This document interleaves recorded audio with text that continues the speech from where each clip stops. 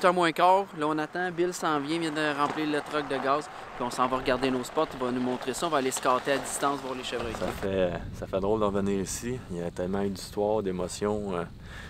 À peu près à 1 kilomètre d'ici. J'ai chassé là il y a 2 ans. J'ai tiré mon plus gros buck à vie à l'arc qu'on n'a pas retrouvé. Donc pour moi, c'est payback time.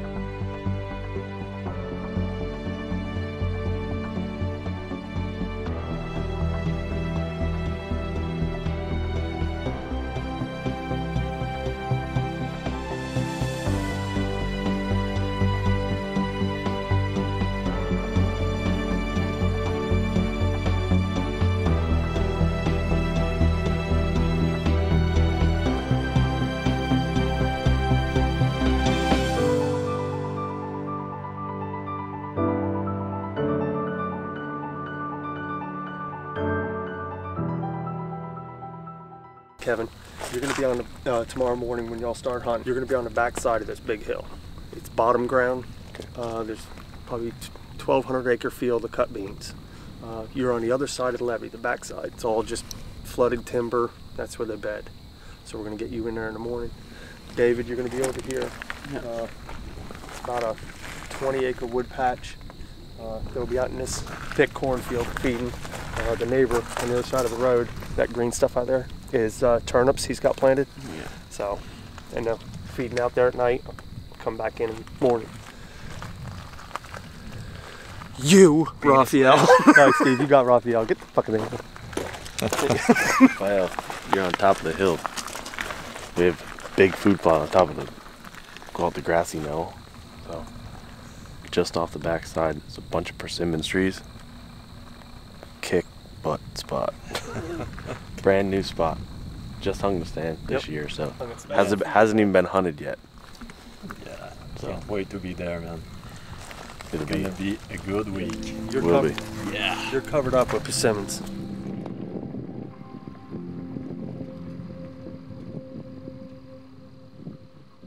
Nous y voici enfin rendus au moment tant attendu, notre voyage en Illinois. On est parti mercredi soir à 11h. On est présentement samedi matin. Premier jour de chasse, ça promet.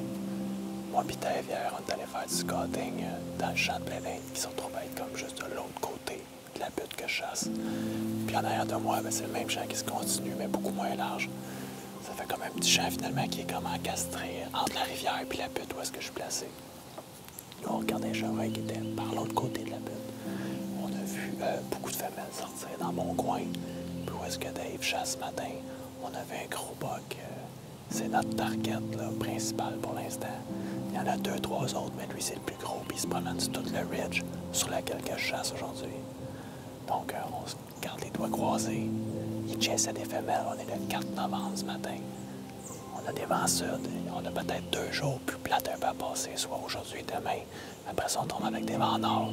Des températures considérées comme froides ici, soit 10 dans le jour, puis peut-être 0 la nuit. Donc, on est vraiment confiants. D'une journée à l'autre, ça va exploser. On va avoir des bucks crouler partout. C'est ça les Illinois, c'est ça le rythme. Un peu comme j'avais vécu en janvier, mais d'après moi, ça va être encore mieux. Donc, restez des nôtres, ça me promet.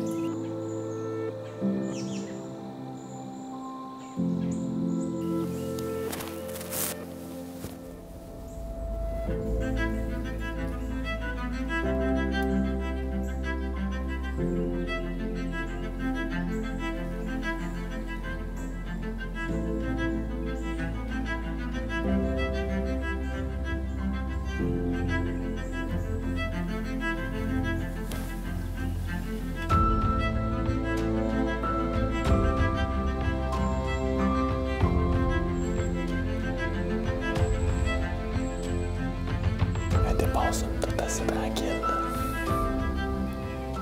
C'est plate. Le spot est vraiment beau. C'est pas grave, on est ici toute la journée.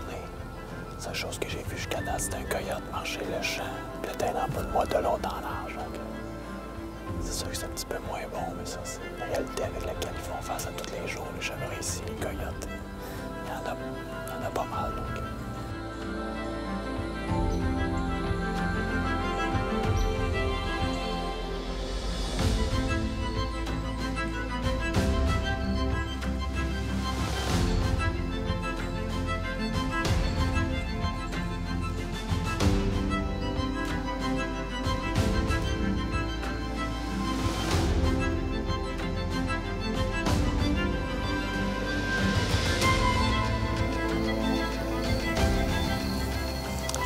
Ça va juste commencer, puis le meilleur est terminé.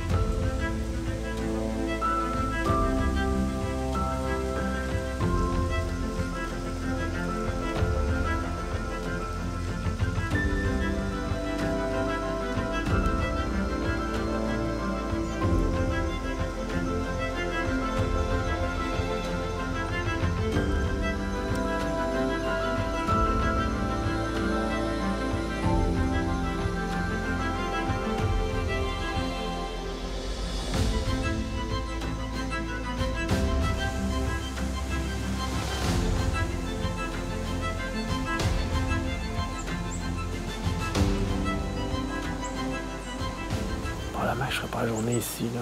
Ils vendent trop, puis ça, c'est le mauvais côté. Là. Ils vendent trop, ils annoncent des orages après-midi. La pluie, ça va, mais les orages, on peut s'en passer. Donc, on va faire encore 1 heure, puis après ça, on va m'en aller au truck. On va aller rejoindre David puis Kevin. On va probablement scotter cet après-midi du truck, vu qu'il annonce beaucoup de pluie. En tout cas, de toute façon, il fait 25 degrés actuellement, là, donc c'est pas si plaisant que ça. Là. Faire des all-day sets dans une température comme ça vaut pas vraiment la peine. Ça grouillait quand même pas mal ce matin, je suis encouragé, donc l'action qui était un petit peu loin, il y a juste un spike qui est venu passer vraiment proche, le même spike qu'hier dans le fond. Ce matin, le box, c'était un shooter ou pas. Ça va être à regarder, j'ai revérifié plusieurs reprises là, sur les images, puis il y a des petits boutons au niveau des G4. Si ça a un pouce de long, c'est considéré comme un 10 points, donc il était vraiment pas shooter. Si c'était un 8, ben, il faisait entre 120 et 130. Ça va être à regarder. On va le compter comme fois à la gang tantôt, mais il était quand même gros body, le panache était haut. Il aurait probablement tiré s'il avait été plus proche, là. Avec les regrets qu'il allait avec si jamais il faisait pas le 140. Mais bon, on continue, on lâche pas, mais c'est demain que ça va partir. Le front froid de demain, là, ça risque de faire toute la différence. Stay tuned. 3e matin pour nous en Illinois.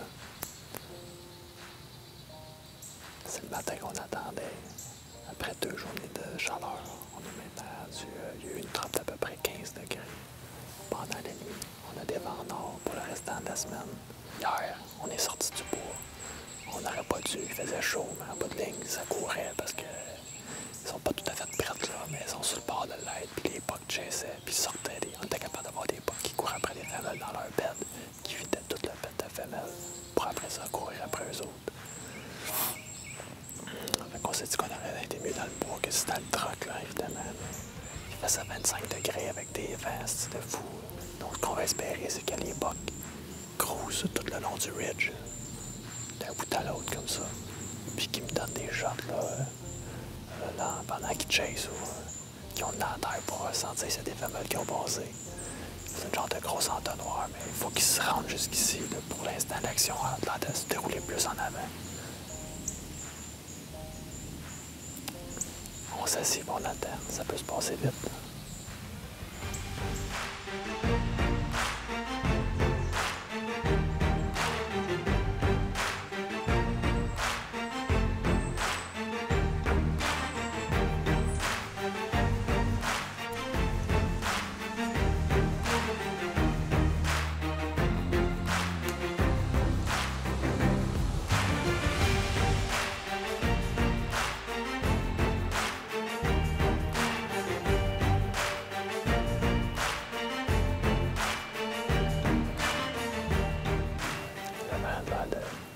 D'avoir viré complètement nord.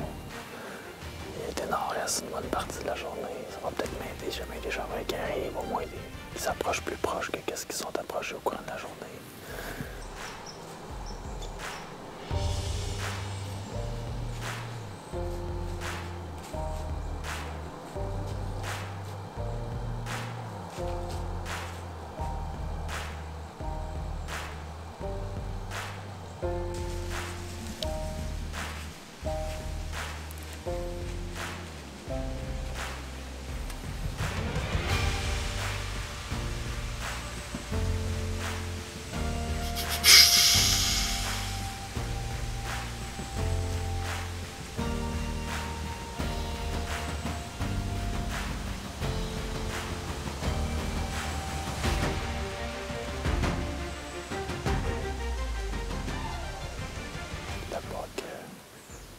Surpris, il est là à peu près 20 minutes, une demi-heure. Il vient de se coucher.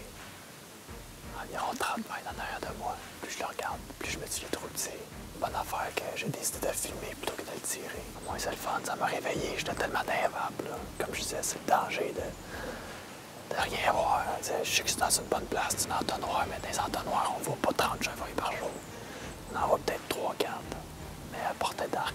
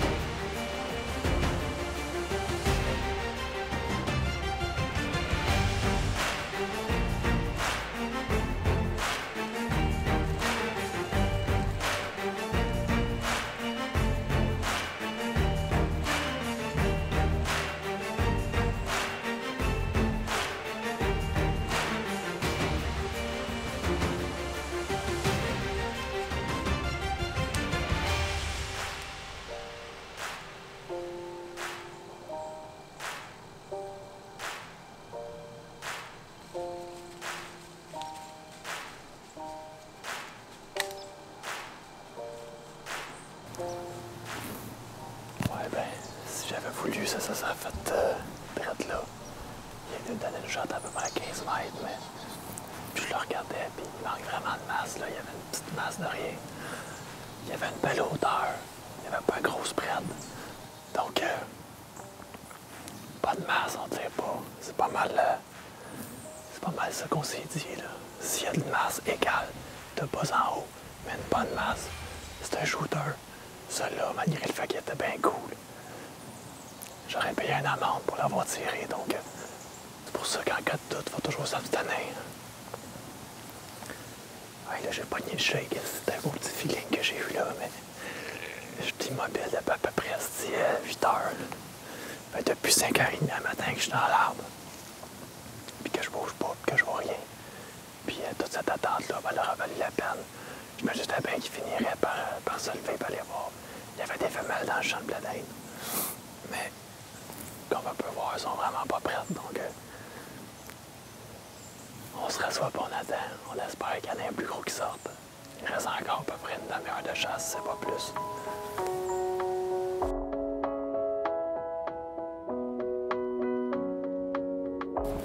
On est présentement mardi matin.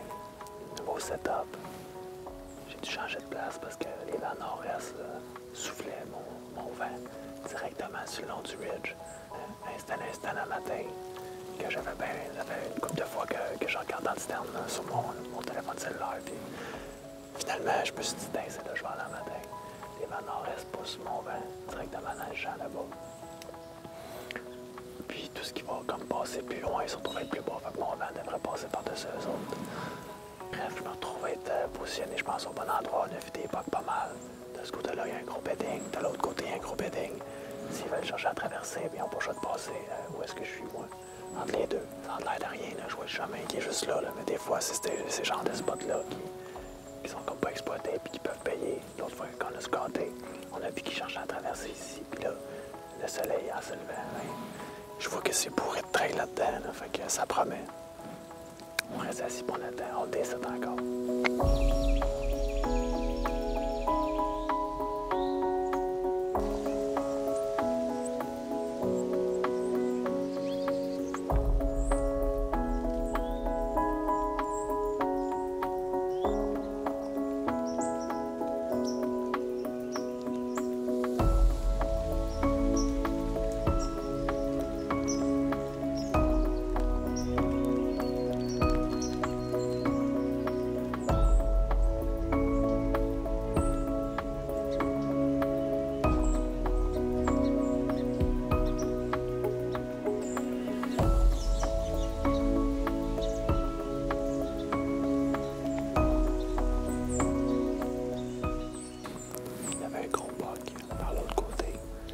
S'ils ont pogné mon vent, j'étais sûr et certain d'être capable d'éclairer la pointe là.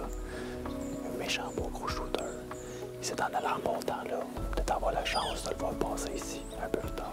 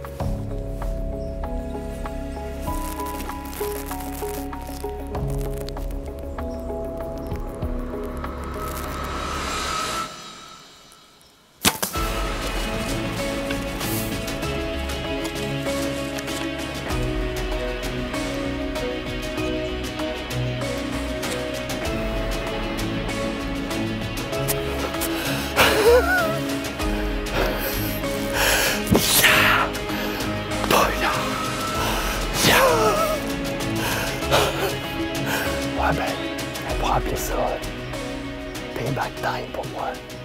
On n'a pas encore mis la main dessus, là, mais je suis assez confiant de la shot. On pourra aller filmer Dave si ça lui tente que je tienne compagnie dans son arbre. On va faire mes affaires, puis je vais aller mettre ça au bord du chemin. Les gars vont venir me chercher tantôt, mais qu'il fasse noir, là. On atteint complètement la noirceur avant de sortir. On va pas faire peur aux chevreuils qui sont là, puis aux autres bocs aussi qui pourraient être dans le coin, là. Fait que... on va pas se scraper à sa personne qui va suivre ici, ou bien ça la tête non plus. Fait que... j'ai fait mes affaires tranquillement, mais ça a quand même été une stratégie qui a repayé. Je voulais m'installer à un endroit où c'était facile pour moi de voir qu'est-ce qui se passe aux alentours, dans le but éventuellement de faire un mouvement.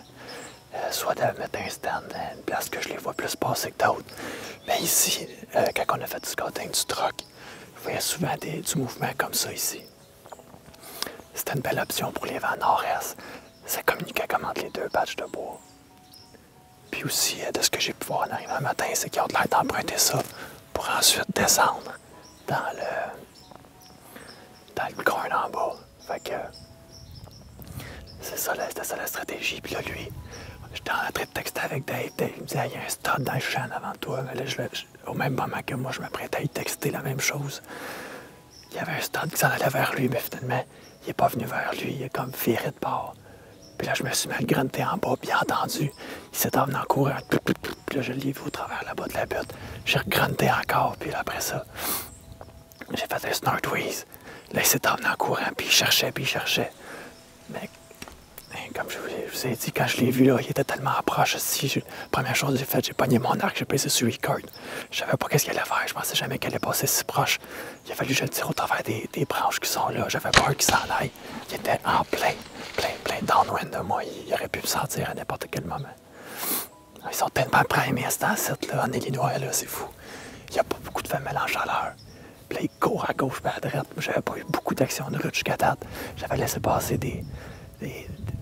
je laissais passer un pas pire, là. C'était un buck de 115 points, peut-être, là. C'est pas un shooter, j'étais pas venu ici pour ça. Mais lui, par exemple, c'est... j'ai hâte de mettre les mains dessus pour voir l'ampleur de tout ça, mais il a l'air d'un beau buck. Je sais même pas c'est quoi. Tout ce que je voyais, c'était des cornes sur sa tête quand il s'en venait dans le champ de blé d'Inde. Puis après ça, quand il est apparu, là, j'ai pas eu le temps de l'analyser, là. Il s'est envenu, c'est la plus seule chose que j'ai pu faire, c'est record, prendre mon arc et tirer. Là, j'essayais de voir si on le voyait, mais finalement, Calic, il était trop proche, là, j'ai pas pu descendre. C'est ça qui me fait chier, là, mais bon. Là, tu travailles tellement fort toute l'année, puis tu fais autant de millage pour faire une vidéo, puis que t'as la shot à moitié, mettons que t'es à moitié content. Mais dans mon cas, ça finit bien la semaine. On a tellement de stock à traîner, là. J'ai à peu près 3 angles de caméra. J'ai eu le temps d'en partir 2. On a des bras de caméra, des cités, ça. On a 100 livres de stock. Un matin, j'ai sué ma vie pour installer ça, ce stade-là. Mais au moins, il a été payant, je suis content. Non. Je cherche de mon buck. On a trouvé la flèche. Puis il y en a trouvé. Bon, on continue. Vu que la shot est vraiment haut puis j'ai pas passé au travers, c'est dur de trouver du sang dans ce temps-là. Faut qu'il se remplisse ou bien qu'il en crache par la bouche. Fait que, yeah, we'll follow you.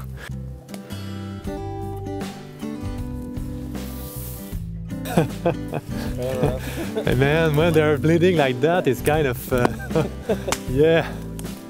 Hey, thank you very much, guy. I would put my hand on that buck. Nice deer. Nice deer.